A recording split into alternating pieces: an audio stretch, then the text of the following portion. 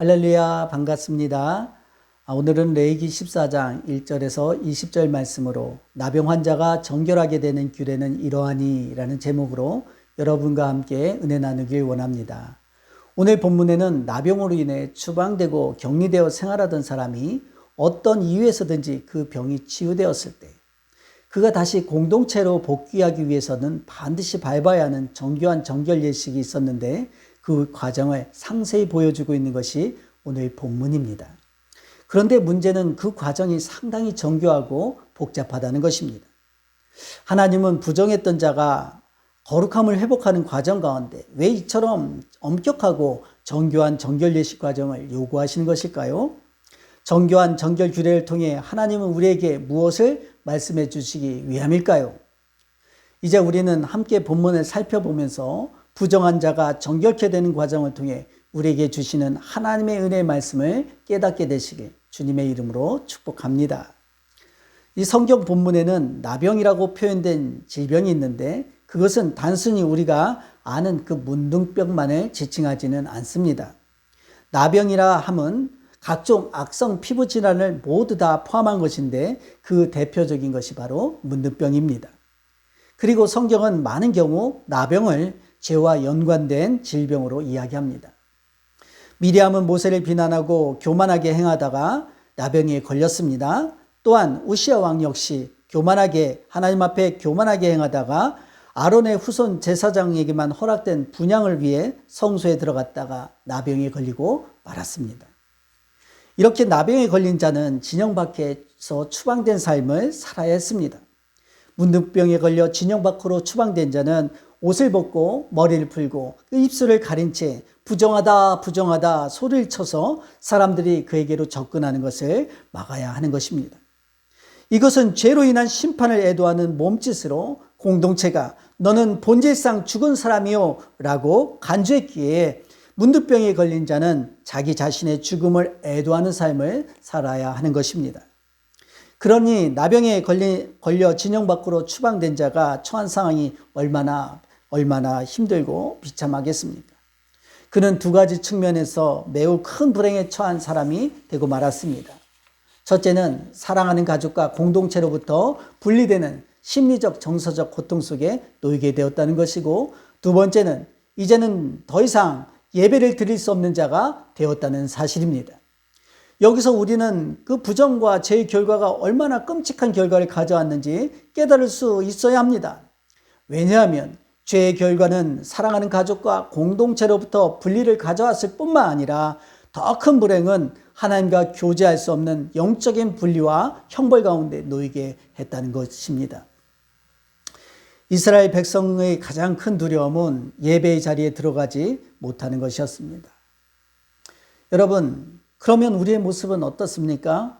오늘날 우리는 코로나19를 경험하면서 코로나19로 인해서 사회적 단절과 사람들과의 그 관계가 단절되는 그런 것들을 두려워하는 시대 속에 살고 있지 않습니까?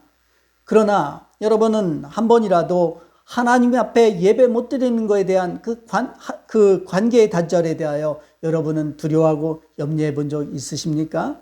여러분은 얼마나 하나님 앞에 예배하지 못하는 것에 대하여 안타까워하고 계십니까?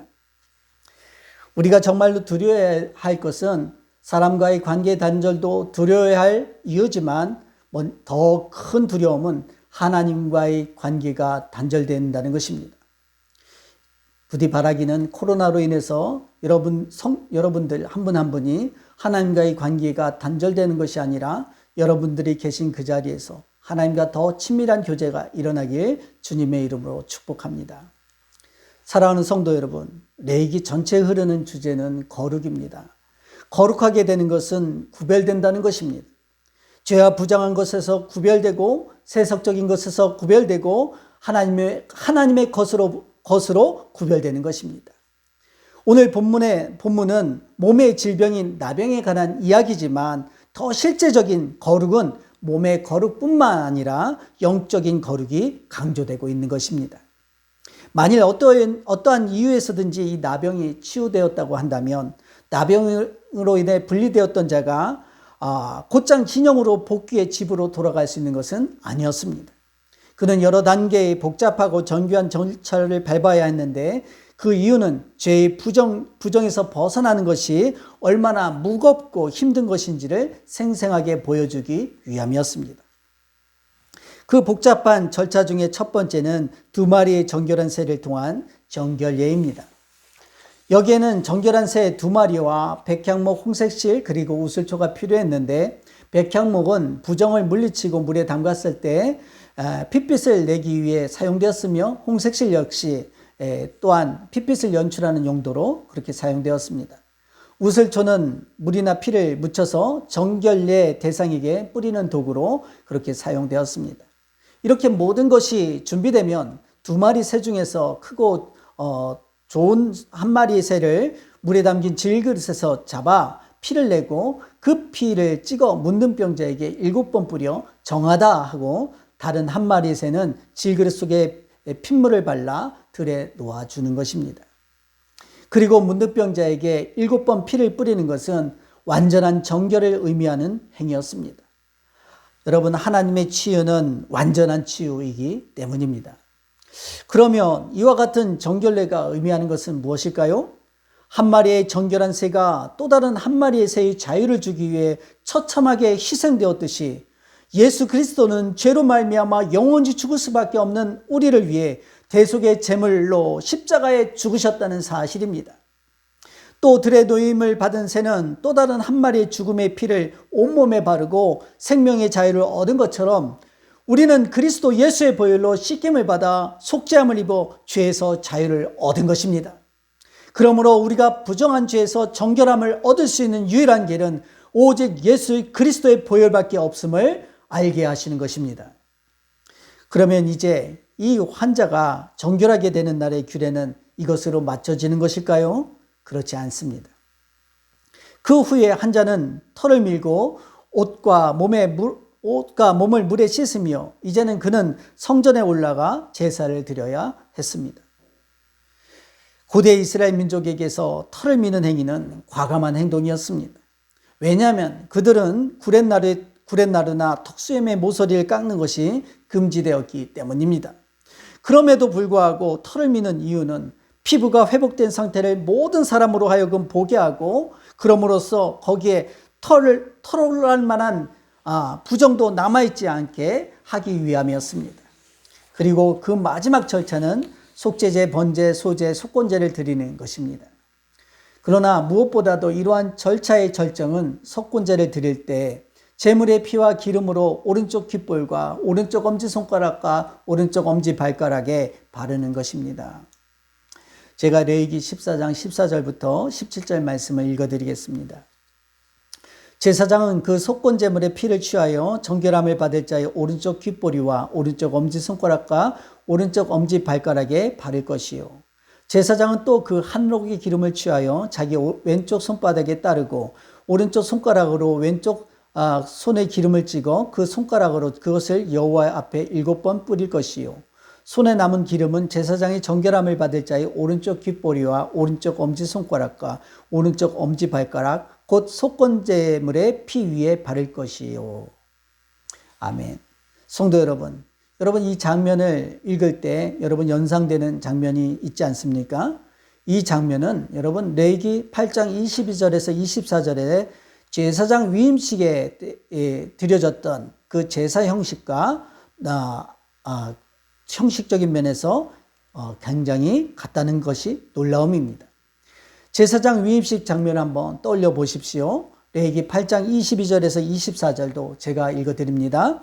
또 다른 순양 곧 위임식의 순양을 드릴세 아론과 그의 아들들이 그 순양의 머리에 안수하매 모세가 잡고 그 피를 가져다가 아론의 오른쪽 귓보리와 그의 오른쪽 엄지손가락과 그의 오른쪽 엄지발가락에 바르고 아론의 아들들을 데려다가 모세가 그 오른쪽 귓보리와 그들의 손의 오른쪽 엄지손가락과 그들의 발의 오른쪽 엄지발가락에 그 피를 바르고 또 모세가 그 피를 제단 사방에 뿌리고. 아멘. 우리가 기억하는 것처럼 제물의 피와 기름으로 오른쪽 귓볼과 오른쪽 엄지손가락과 오른쪽 엄지발가락에 바르는 것은 거룩한 제사장의 위임식 가운데 피를 발라 정결하게 하고 기름을 발라 거룩하게 하게 하는 성스럽고 거룩한 장면이기 때문입니다. 따라서 놀라운 것은 나병으로 인해 하나님과 공동체로부터 분리되었던 부정한 자가 다시 돌아올 때 그를 위해 제사장 위임식에 있었던 정결례를 그대로 시행하고 있다는 것입니다. 이 얼마나 놀라운 점입니까? 하나님은 나병으로 백성 중에서 추방되었다가 돌아온 사람을 마치 거룩한 제사장이 막 세워지는 것처럼 매우 특별하게 대우해 주신다는 것입니다. 왜 이렇게 대우하실까요? 우리에겐 그냥 문둥병에 걸렸다가 나은 사람이겠지만 하나님에게 그는 영적으로 죽었던 자가 다시 살아나는 감격스러운 순간이 되기 때문입니다. 하나님은 죄인 하나가 회개하고 돌아오는 것을 천하보다 귀하게 여기기 때문입니다. 그 한 사람은 바로 하나님이 절대로 포기할 수 없는 유일한 한 사람이기 때문입니다. 그 사람이 바로 저와 여러분이었습니다. 죄인 되었던 저와 여러분을 하나님은 이렇게 대우해 주신 것입니다. 성도 여러분, 잘 기억해 주십시오. 하나님은 거룩함을 잃었던 자가 회복하고 돌아오는 것을 더욱 기뻐하신다는 사실입니다. 때때로 우리는 질병의 치유에는 우리의 몸의 회복과 더불어 이렇게 하나님과 더 깊은 관계로 나아가는 영적 회복도 있다는 사실을 기억해야 합니다. 제사장이 많은 사람이 지켜보는 가운데서 그의 오른쪽 깃볼과 오른쪽 엄지손가락과 오른쪽 엄지발가락에 피와 기름을 바름으로 인해 죄에서 용서함을 받고 거룩해졌음을 그렇게 인정하는 것입니다. 그러므로 율법의 정결의식은 하나님이 마련해 놓으신 은혜로운 회복 과정이며 나병에서 회복되어 다시 진영 안으로 들어오는 자에게는 감격스러운 순간이 되는 것입니다. 성도 여러분, 한번 상상해 보십시오. 나병에서 회복되어 다시 진영 안으로 들어와 번제를 드리는 사람의 마음을 말입니다. 나병에서 죄와 부정에서 회복되어 정결의식을 치르며 자신의 오른쪽 깃보리와 자신의 오른쪽 엄지손가락과 자신의 오른쪽 엄지발가락에 피와 기름이 발라질 때 그는 아마도 이렇게 말하지 않았을까요? 왜 나에게 이토록 과분한 은혜를 베푸십니까? 그리고 형언할 수 없는 감격과 감당할 수 없는 은혜로 그 앞에서 흐느껴 울지 않았겠습니까? 성도 여러분, 이것이 예배 때마다 저와 여러분이 느껴야 할 기쁨인 것입니다. 우리는 감당할 수 없는 은혜를 입은 사람들이기 때문입니다. 예배의 감격을 회복하십시오. 교회 문을 열고 예배당으로 들어설 때 나 같은 죄인이 주의 은혜로 예배자가 되었다는 사실에 놀라고 감격해야 한다는 것입니다. 죄로 망한 내가 예수 그리스도로 말미암아 다시 살아났기 때문입니다. 부정했던 자가 부정과 죄에서 정결케 되는 정결례식 속에서 감격할 때 그 사람의 정결례를 지켜보던 많은 사람도 같은 마음으로 축하하며 감격했을 것입니다. 그리고 그때 모든 장면을 바라보시는 하나님은 이렇게 말씀하셨을 것입니다. 나와 함께 기뻐해 주십시오. 내가 잃었던 한 아들을 다시 찾았습니다. 사랑하는 성도 여러분, 이와 같은 하나님의 마음을 마태복음 9장 12절 13절에서 세리마태를 부르시는 장면과 누가복음 15장에서의 세 가지 비유, 즉 잃은 양 비유, 잃은 드라크마를 찾은 여인의 비유, 잃은 아들을 되찾는 아버지의 비유에서 잘 나타나 있지 않습니까? 죄인을 불러 구원하러 오시는 예수 그리스도는 잃어버린 자를 찾아 벼랑 끝에서라도 손을 내밀어 마침내 찾아내는 목자같이 잃었던 하나의 드라크마를 마침내 찾아내고 기뻐하는 여인같이 죽었다가 살아났으며 잃었다가 되찾은 아들을 아는 아버지같이 그렇게 죄인 하나가 하나님께로 온전히 돌아오는 것을 기뻐하는 것입니다. 성도 여러분, 우리는 나병보다 더 흉악한 우리의 죄로 영원히 죽을 수밖에 없고 추방되었던 존재였음을 기억해야 합니다. 그런데 예수 그리스도는 우리를 살리기 위하여 십자가의 보혈로 우리의 죄를 씻으시고 용서하시고 회복하셨다는 사실입니다. 우리의 어떠한 공로도 없이 오직 예수 그리스도의 피로 정결케 된 것입니다. 피로 정결케 된 사람은 하나님이 주시는 힘으로 살아가는 사람이 되었다는 것입니다. 예수 그리스도로 말미암아 구원받은 여러분, 이제 우리는 무엇을 바라며 살아야 하겠습니까? 시편 27편 4절에서 다윗은 이렇게 고백했습니다.